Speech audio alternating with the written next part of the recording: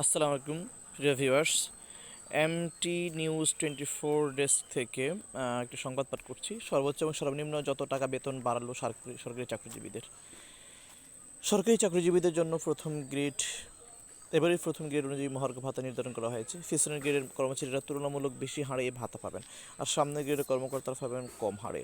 অর্থ মন্ত্রণালয়ের প্রস্তাব অনুযায়ী 1 থেকে 3য় গ্রেড মূল বেতন 10%, 4 থেকে 10ম গ্রেড মূল বেতনে 20%, 11 থেকে 20তম গ্রেড মূল বেতনে 25%।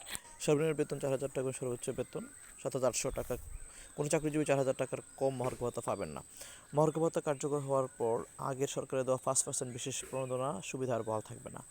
পেনশনভোগী কর্মচারীরাও এই মহার্ঘ ভাতা পাবেন। ইনক্রিমেন্টের সময় এটি মূল বেতনের সঙ্গে যোগ হবে। অর্থ মন্ত্রণালয় জানিয়েছে, বর্ধিত ভাতার অর্থায়নের জন্য উন্নয়ন ভাতা কমানো হবে। ফেব্রুয়ারি মাসের বেতনের সঙ্গে এই ভাতা কার্যকর করার পরিকল্পনা রয়েছে। জনপ্রশাসন মন্ত্রণালয়ের সিনিয়র সচিব মোখলেসুর রহমান নিশ্চিত করেছেন, চলতি অর্থবছরের মধ্যেই মহার্ঘ ভাতা ঘোষণা করা হবে, তবে নির্দিষ্ট হারে এখন সিদ্ধান্ত হয়নি। 2015 সালে পে স্কেলের পর থেকে সরকারি চাকরিজীবীদের বেতন বাড়েনি, কিন্তু এই সময় নিত্য প্রয়োজন দ্রব্যের মূল্যস্ফীতির চাপ বেড়েছে। এই পরিস্থিতি মোকাবিলায় চাকরিজীবীরা দীর্ঘদিন ধরে মহার্ঘ ভাতার দাবি জানিয়ে আসছিলেন। মহার্ঘ ভাতা নির্ধারণ সঠিক গঠিত কমিটি জাতীয় বেতন স্কেল 2015 এর আওতায় মহার্ঘ ভাতার প্রযোজ্যতা প্রাপ্যতার বিষয়ে পর্যালোচনা করার সুপারিশ করছে। অর্থ মন্ত্রণালয় জানিয়েছে, বর্ধিত ভাতার অর্থায়নের জন্য উন্নয়নের ভাতা কমানো হবে। ফেব্রুয়ারি মাসের বেতনের সঙ্গে এই ভাতা কার্যকর করার পরিকল্পনা রয়েছে। ধন্যবাদ। আসসালামু আলাইকুম।